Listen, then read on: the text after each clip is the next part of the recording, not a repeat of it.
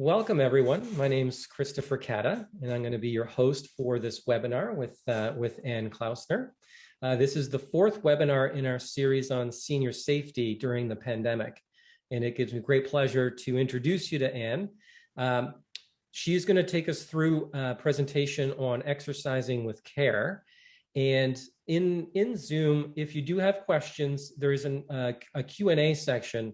So at any time you can type in your question there, and then at the end of Ann's presentation, we'll go through and answer all of those questions for you. And with that, I'm going to hand it over to Ann. Good evening. I'm just going to do a little bit of housekeeping first and start with a personal disclaimer. My name is Ann Klausner from Exercise with Care. The information contained in this webinar is for educational and informational purposes only.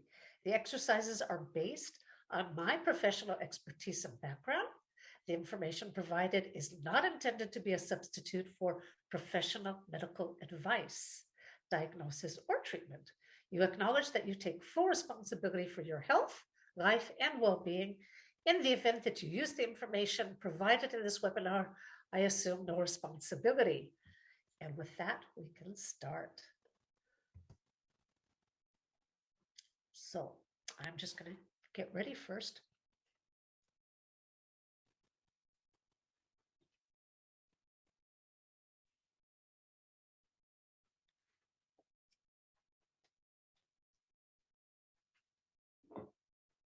Okay, I'm just ready to cut this apple. Maybe not the best idea. It's kind of hard to feel the knife and the apple in order to do this. Yet, we exercise and move through our life every day without a clear field of vision, without a good sense of what we hear, and without the ability to feel the ground we're walking on in many parts of our body. Good evening. My name is Ann Klausner, founder of Exercise with Care. I've been working in the health and wellness industry since the year 2001, first as an aquatic therapist and now as a personal trainer specializing in people who suffer from chronic pain.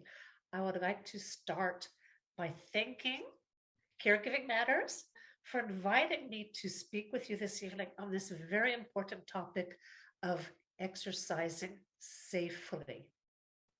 This evening, we're going to discuss what it really means to feel safe as you move your body.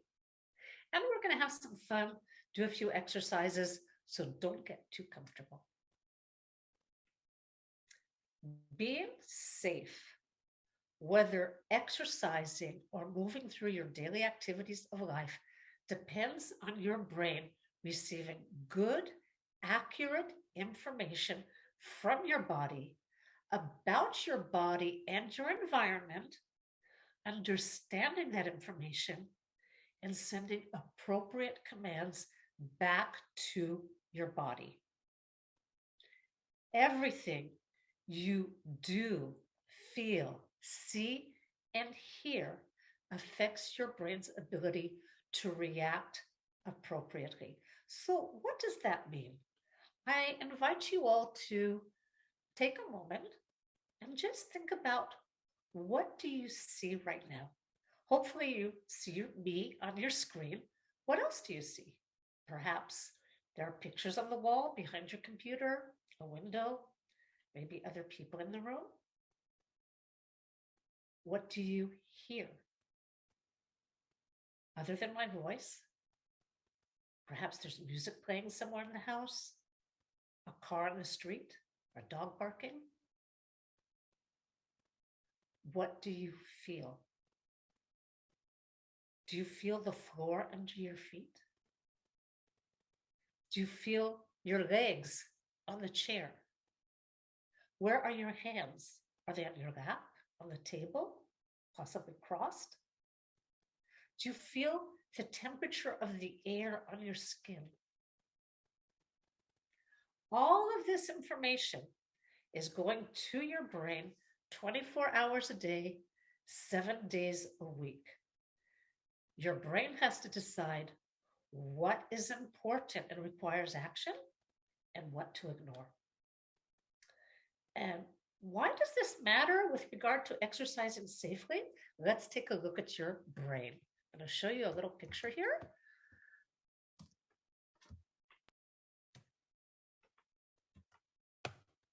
This is your brain.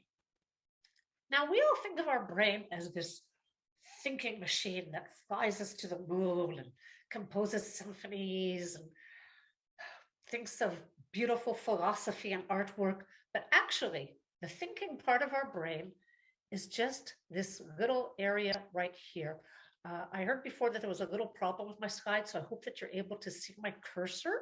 This little front area of your brain is the thinking part of your brain.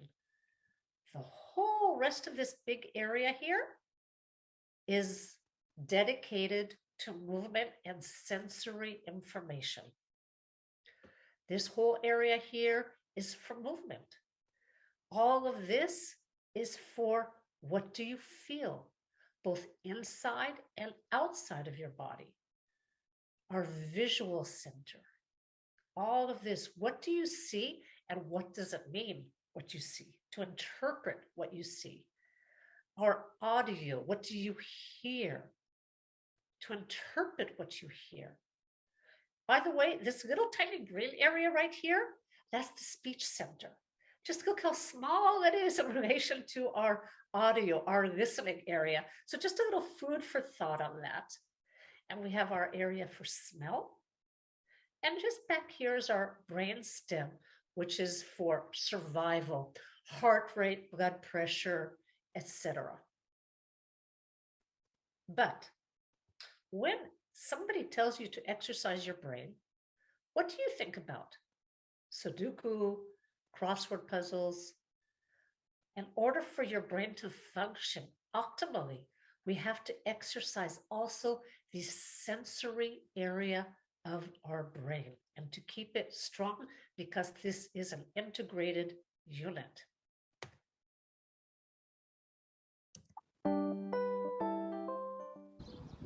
Do you hear the birds? Do you see the trees? It's beautiful out here. Hi, I'm from Exercise with Care. In my past couple of blogs, I've spoken about smiling and eye exercises, and I'm going to elaborate on that. When we face danger, we tend to become hyper-focused on that danger as part of the fight or flight survival mechanism.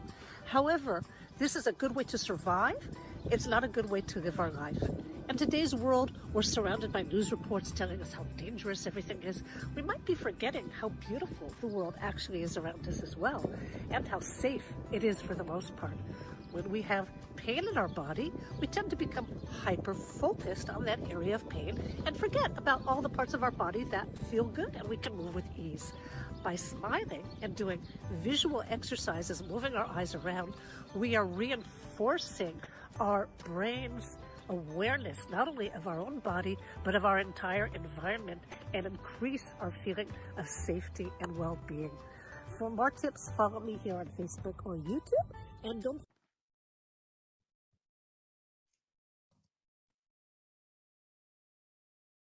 Yeah, it's a beautiful world out there. By exercising your senses, you will not only strengthen your brain as an entire unit, but you will also feel safer. But what do I mean by exercise your senses? Let me give walking as an example. You may choose to walk on a treadmill indoors. That's great. You get cardio activation, your blood gets pumping. That's great. But you don't get any sensory stimulation.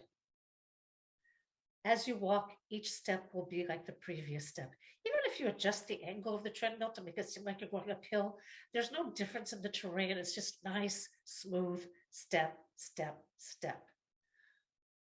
You may watch a movie as you walk, but that isn't really visual stimulation because you're looking straight ahead the whole time. There's no incentive to move your eyes or move your head. There's no real visual stimulation. And even the audio, maybe you hear music or you hear people around you, but It's usually from the same direction, and it's indoor sounds, which are very muted and not differentiations of volume. So you're not getting a lot of stimulation there, aside from the fact that I don't really know anybody who feels happy after walking on a treadmill. Compare that to walking out of doors.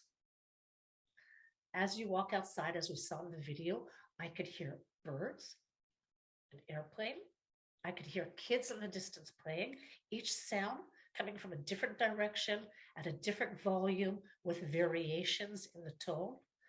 My field of vision took in all the beauty around me, all the colors, the different shades of green or whatever colors there may be, the differentiations, even differences in light. As I may walk under a tree, it's shadier. A cloud may go overhead, or I may be out in the bright sunlight. Each step will be a little bit different. As I walk on the sidewalk, I arrive at a curb, I step down, I cross the street, I step up, maybe I'll walk on the grass where there's always a little bit of difference because of the levels of grass, little bumps maybe. Maybe I'm going to step a little bit sideways to avoid something in my way or turn to say hi to somebody who I know. So there's a lot of stimulation going on as you walk outside. It does feel better. You'll feel happier. Even mall walking will give you more stimulation than walking on a treadmill. And you'll find out in a little while why that stimulation will keep you safe.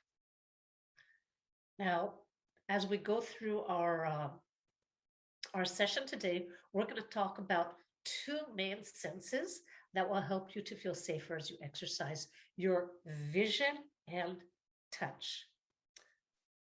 Vision. Now, I know that all of you are looking at your screens right now, and you're probably spending a lot of time on screens and with all kinds of devices and like this.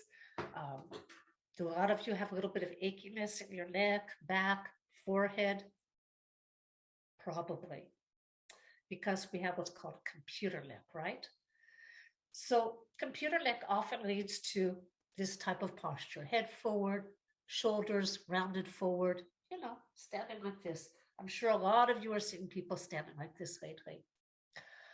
John was my client for many years. He was a senior, he had a little bit of Parkinson's, a little bit of back pain, and he stood like this. John, stand up straight. He'd stand up straight for about 3 or 4 minutes, and then, John, stand up straight. And he'd stand up straight again. It was a vicious circle, with each session ending with John feeling frustrated and me feeling like a really bad trainer. Then I started to study the neurology of movement and pain, and I received the golden key to good posture: our eyes. You see, your eyes are your steering wheel. It's really hard to walk in a straight line if you're looking off to the side. It's really hard to bend down if you're looking up. And it's very hard to stand up tall if you're looking down. In fact, it's almost impossible to do this over an extended period of time. So we integrated eye exercises into John's sessions, and he became a new man. He was standing up straighter for much longer periods of time, and throughout the day, his back pain subsided. He felt taller, stronger, and safer. Why safer? Because good posture equals better balance, period, 100%. Secondly, when both eyes are working well, you have a wider field of vision to see that you're safe, to be able to avoid obstacles before you trip over them. And thirdly, because this computer neck, is looking at our devices brings our eyes into a downwards and together what's called convergence, which is tunnel vision. Now, tunnel vision is great if you have to really focus on a problem to be solved. Not so great if you want to feel safe. Excuse me while I take a sip of water. It's not so great when you want to feel safe. Why? Let's think about it. Who's what? My cat's putting in her 2 cents. Remember, think about Hitchcock movies. Psycho. The scariest scene in Psycho. All you see is a shower head, then Janet Leigh's face, and then the knife. That's all you see. Television. Or the movie that to me is the scariest of all time, that to this day I'm terrified of birds. Birds. The scariest scenes in that movie are filmed through windows and door frames. Television. I want you to feel this. So make little circles with your hands and put them over your eyes. So we're putting ourselves into television. Would you feel safe to walk around this way? Go for a walk, go to the supermarket? Probably not. You probably feel a lot safer when you have a nice big field of vision. The good news is that our eyes are controlled by muscles, 6 muscles, and we can strengthen them and we can get them to move the way they should, to be looking up and raising up our posture. So let's do a little exercise. I invite you all to sit up really straight and tall in your chairs. Before we do the exercise, put your finger right here on your chin so that you don't move your head. Don't let your head move. Just moving your eyes, look around, and notice how much of the room around you you're able to see.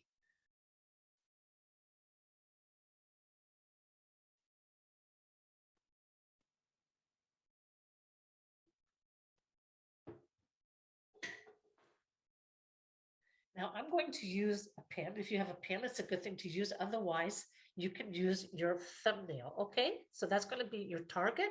I'm going to use my pen that has my little logo on it right there, that little circle. And I'm going to focus on it. We're still sitting nice and tall. I'd like you to hold either your thumb or a pen straight in front of your eyes. Step back so you can see me better. So it's at eye level. I'm not going to move my head. I'm holding it in my left hand. I'm going to move my left hand out to the side about 45 degrees, only so far that I can still see it with both of my eyes. And I'm going to hold it here for 5 seconds. 5, 4, 3, 2, 1. Slowly come back to center. Now, if this exercise makes you feel at all dizzy or uncomfortable, please do not continue. Continue to watch, but don't continue to do the exercise. Talk to me, contact me. You can find my information on the website of Caregiving Matters or talk to a vision therapist. It's probably causing you other discomforts as you move through your life, and it's very, very curable, okay? So we're going to do that again. I'm not going to move my head. Eyes to the side. 5, 4, 3, 2, 1. Slowly back to center. Switch hands. Moving my arm to the right. Only so far as I can see it with both eyes, keeping a good focus. 5, 4, 3, 2, 1. And it's possible that one side feels more comfortable than the other side. That's normal. That's okay. If it's uncomfortable, take a break. Again to the right. 5, 4, 3, 2, 1. Slowly back to center. Now I'm not going to move my hand. I'm going to raise my arm up as high as I can still see without moving my head. 5, 4, 3, 2, 1. Slowly come back down. Switch hands. Same thing. Raise your hand up as high as your eyes can go. 5, 4, 3, 2, 1. Slowly come back down. How did that feel? You can put in the chat if that was uncomfortable for you. If it caused you a little bit of burning or pain up here in your forehead, that's muscular. Nothing to worry about. It's like doing 100 bicep curls, right? We activated the muscles that control your eyes. It does mean that you need these exercises. Now, go like this. Don't move your head. Just again, look around the room and notice if you don't have a wider field of vision.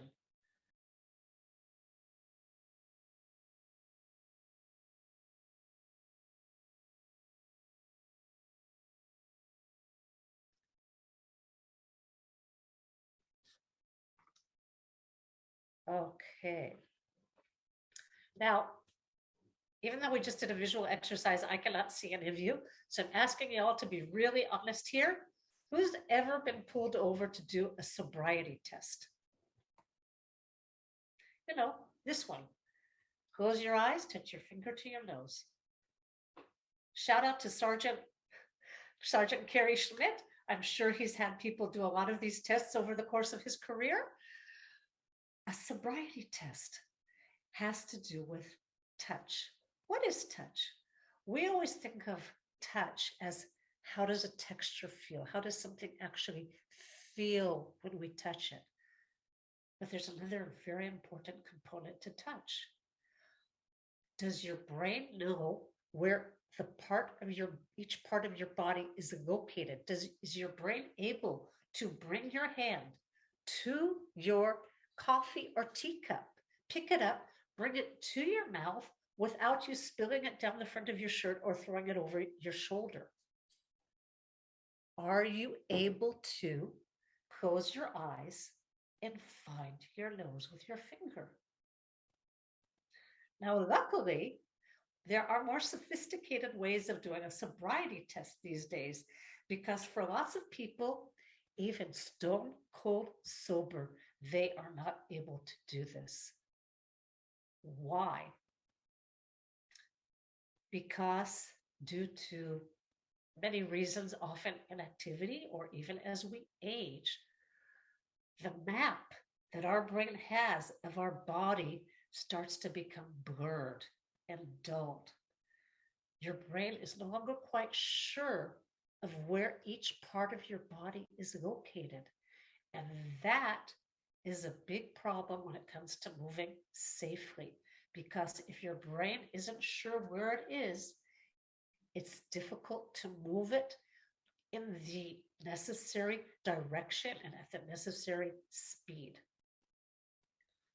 Tina came to me for sessions because she had a lot of pain in her neck, shoulders, and back. And we started to work together. And after several sessions, Tina said to me, she was a middle-aged woman, she said, I want to be able to squat. Squat? She said, yeah. She said, I've always felt really uncoordinated and I've never been able to squat. I want to be able to squat. Now, like me, you may be thinking, what's the big deal with a squat, right? Well, when Tina was a little girl, her mother brought her to India to visit. And Tina was really excited to go to India until she saw the washrooms, because at that time in India, there were only squat toilets. And Tina couldn't squat.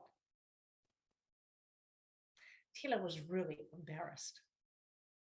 Tina's mother was angry and had to buy her rubber boots.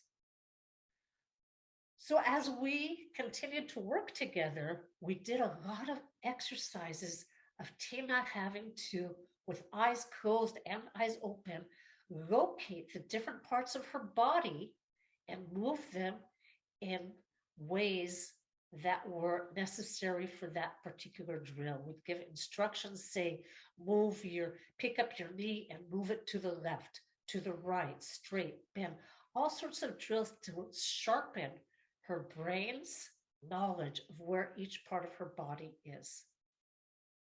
So I invite you to join me in some exercises and let's see how it feels, okay? So we're going to start off, just have your hands like this, just in front of you at a comfortable level. You don't have to hold your arms up high. Your hands close together at a comfortable level. Looking at your screen or with your eyes closed, are you able to touch your right index finger to your left index finger? Relax. Touch your right index finger to your left pinky. Try to do it without looking.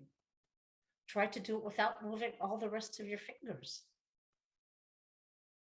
Can you move your left middle finger to your right thumb? Can you move your right pinky to your left thumb? Try touching your different fingers together without looking and without missing. Can you take your right hand and put it on top of your left shoulder? Now, often when I do this with people, I'll say right hand on top of your left shoulder, they'll come to here, which is a miss, because this is the top. And that tells me that they have a little bit of blurring of that map of their body. Can you take, I'm going to adjust my camera here so you can see me a little bit.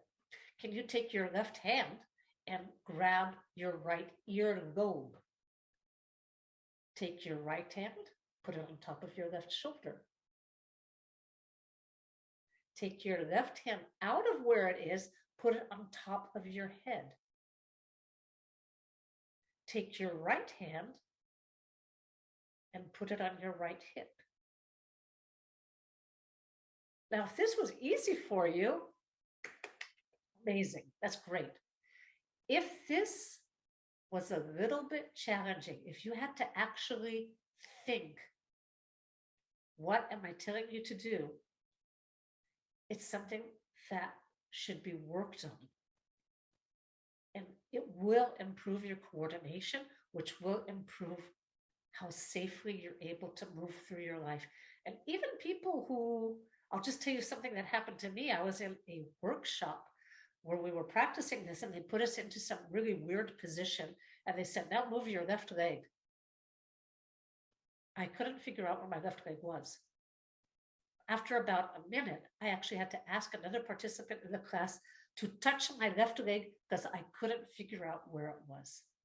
So it happens even, in the best of circumstances, our brain can sometimes draw a blank. But if this happens a little bit more frequently, it's really something that should be addressed in order to ensure your safety. And by the way, Tina has an amazing squat today. Let's talk about, continuing on the topic of touch, let's talk about your feet. Our feet. Remember when you were a kid? Walking barefoot, wasn't it the best? Or how about when you go on vacation? Who doesn't love to walk on a warm, sandy beach? Or a foot massage? Feels great, doesn't it? And it feels great and it's good for you. And some people will say it has a spiritual meaning to it. Others will say there's a neurological reason for it. It doesn't matter. It feels great and it's good for you to walk barefoot. Now, the trouble is that most of us are walking around wearing these heavy, thick-soled shoes, right? And that's sort of like trying to cut a salad or prepare your food wearing big, thick gloves like this. Your brain isn't getting adequate messaging from your feet. Now, we're being told constantly by advertisements that heavy, thick-soled shoes will make your feet stronger and give you better balance. So if you're wearing a thick-soled shoe and your foot can't move at all, how is it getting stronger? As far as I know, the only way to make something stronger is to move it. That means to walk barefoot. Now, here's another reason to walk barefoot and improve the sensory information from your feet to your brain. In May 2017, NASA released a report where they spoke about a long-kept secret. Astronauts on the International Space Station lose cognitive abilities. They lose abilities to multitask. Complex calculations become difficult for them. So they were studying this, trying to figure out what's going on. The conclusion they reached was because there's no gravity, they're not getting any sensation on the soles of their feet. Their brain is searching for this input because our brain knows that the ground is a constant. Our brain knows that the ground will always be there. And how when you go downstairs and you miss a step, you go, oh, right? There's a feeling of panic if you miss a step because our brain knows that the floor is a constant. So for the astronauts who are in zero gravity for extended periods of time, their brain is searching for that input, diverting blood and energy resources from the other parts of the brain in search of the input from their feet. Now, here's just another little story to emphasize how important it is to actually have strong feet. About, I guess, 2 years ago already, I was driving, here in Toronto, we have these big ravines, beautiful ravines. And there was road construction. So there was just one lane of traffic in each direction. Traffic was moving quite slowly. And I saw to the side 2 ladies walking on the sidewalk. It was winter. They were wearing their big coats. And I saw as they were at the top of the hill and they started to walk downwards. And to my horror, one of the ladies, as she started to walk on that downward part of the hill, she simply fell forward onto her face. And because of the construction, I couldn't stop to help her. But the scenario was clear to me. Her feet were not strong enough to push back against the sidewalk to hold her upright. Her eyes were too weak to lift up and to pull her head up, a reflexive movement that we should be able to do. And she simply fell forwards. I hope never to see that again. We all have to have strong eyes, strong feet. So let's do a little exercise for our feet. I invite you to take off your shoes. If you're comfortable, take off also your socks. I'll give you a moment to do that.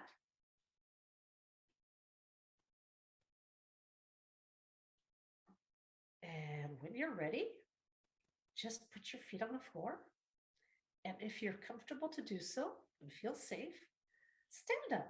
Even holding onto the table or a sturdy chair, stand up and just notice how balanced you feel. Are you swaying a little bit? Is your weight more on one foot than the other? How safe do you feel? Just make a little mental note. And now we're going to sit down again and we're going to do a foot exercise. So I'm going to put up a video here.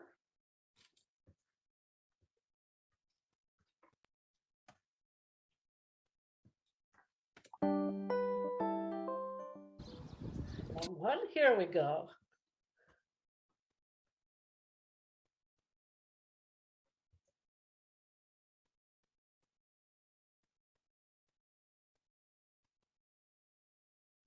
Hopefully. Nope.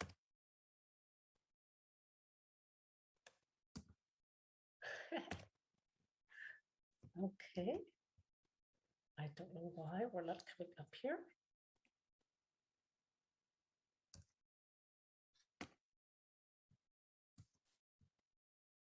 to stop the share. We're going to try to go back into that because I'd really like you to have this with me.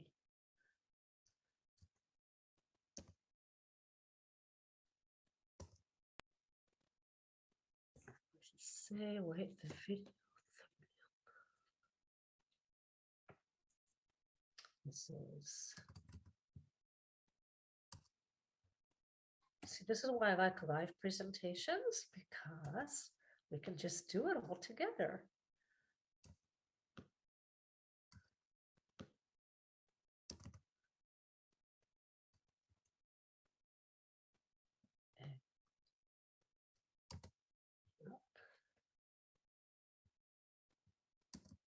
We are not getting this video to come up. Okay.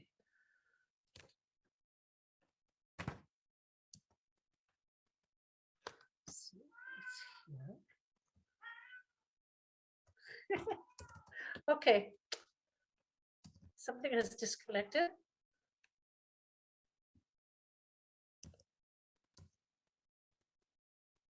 I hope I haven't disconnected.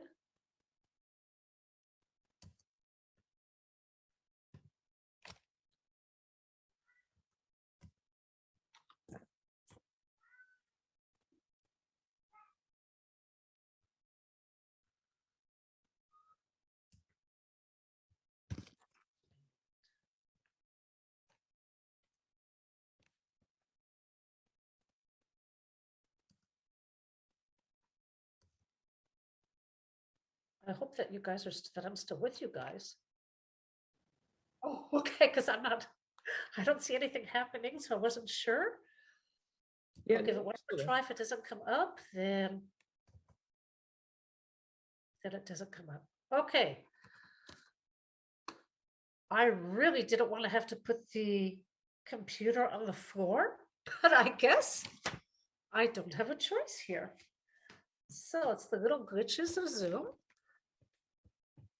I'm going to take this down, stop the share, and we're going to just elevate. So here we go, folks. You're coming for a ride. And we are here on the floor. Are you able to see my feet? Chris, if you could just give me a little. Yeah, we're good. Okay, great. So here we are. You can see my feet. I hope you are all doing this sitting in your chairs, please. Do not do it standing up as I am. And I'd like you to just move your feet from the outer edge to the inner edge. Outer edge, inner edge. Just feel that you're able to move your ankles, move your feet. You could do 1 foot at a time if you're more comfortable. You could do both feet. See what feels good for you. Now you're going to take 1 foot at a time, just push your toes into the floor and move a little bit from big toe, little toe. Feel the weight shift as you do this. And go to the other foot. Just move your feet, big toe, little toe, back and forth a little bit. You feel your toes crunch a little bit as you do it.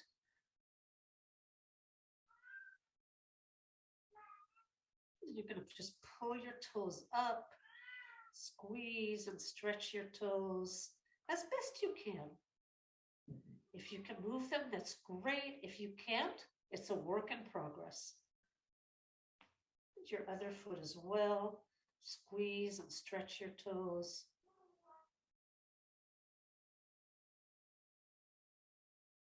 And then you're going to put your foot to the side of your chair, toes down on the floor, and feel a stretch in your ankle. And again, just wiggle your foot around a little bit as you do this.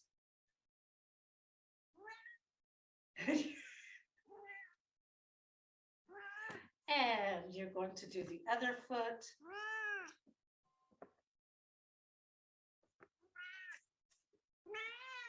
Just wiggle it. See, my cat wants to participate. And just feel the floor again.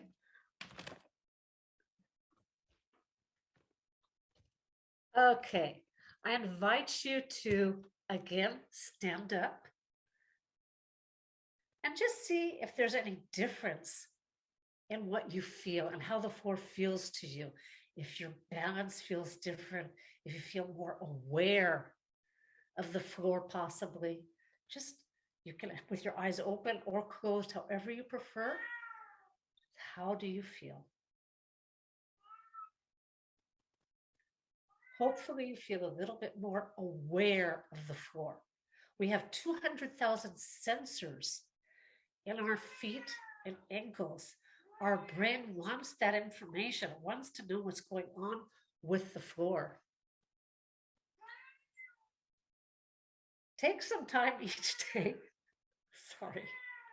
Take some time each day to engage your senses. Sorry, I forgot to say have a seat again. My cat distracted me. Take some time each day to engage your senses. Look around. Don't walk looking at the ground. I promise you, it's boring. There's no money on the ground. There used to be back in the days when people used coins. Today, there's not even any money on the ground. Lift your eyes up, look around, see the beauty of the world, see a big range of field of vision, and you're able to even see obstacles to avoid them. Listen to the sounds that you hear. Feel, touch things as you move through your world. I'm going to share with you one more video. Hopefully this one works. It should. It's a little warm up you can do every day before you go out for a walk, because hopefully you'll be motivated after this to take a walk every day. I'd like you to start, when you first start doing the video, it will be up on the Caregiving Matters website. Do it sitting down to begin with, till you get used to it. Then stand up, make sure there's something to hold on to so that you feel safe until it becomes easy for you and you're able to do it comfortably. Okay, so here we go.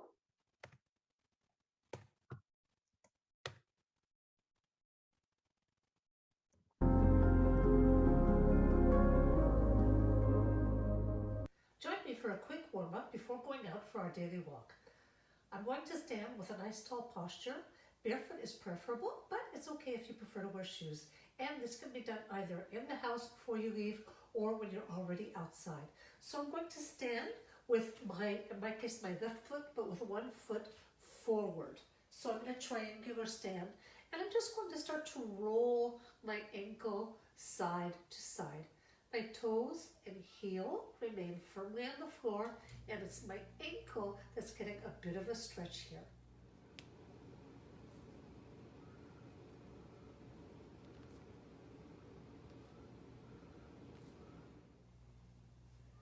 So I'm doing this 4 or 5 times. Now I'm going to push into my toes with my knee bent and straighten my leg, come back, lifting my toes off the floor, pushing into my heel. Roll forward, push into my toes, roll back, push into my heel.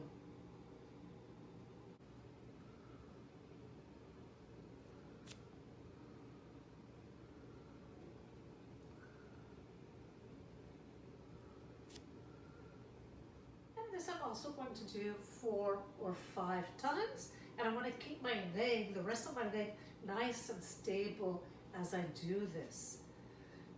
I'm going to place my foot again firmly onto the floor, slightly bend my knee, and now I'm going to move my knee right to left. So this is where I actually get the hip to warm up and my knee to get a little bit of different type of movement, so it'll be ready for the terrain outside. And now, as I do this, I'm going to actually look up with my eyes. I'm moving my knee back to side, but my eyes are looking up. My head is going up a little bit, but my eyes are the steering wheel guiding the posture of my head.